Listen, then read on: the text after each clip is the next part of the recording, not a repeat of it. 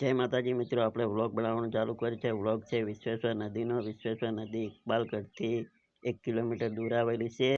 આ છે ઇકબાલગઢ. ઇકબાલગઢથી હવે આપણે વિશ્વેશ્વર નદીએ જવાનું છે. વિડીયો ગમે તો લાઈક, શેર ને કમેન્ટ કરો. અને અમારી ચેનલમાં નવા આવે તો ચેનલને સબસ્ક્રાઈબર પણ કરી દેજો. તો ચાલો હવે વિશ્વેશ્વર નદીએ.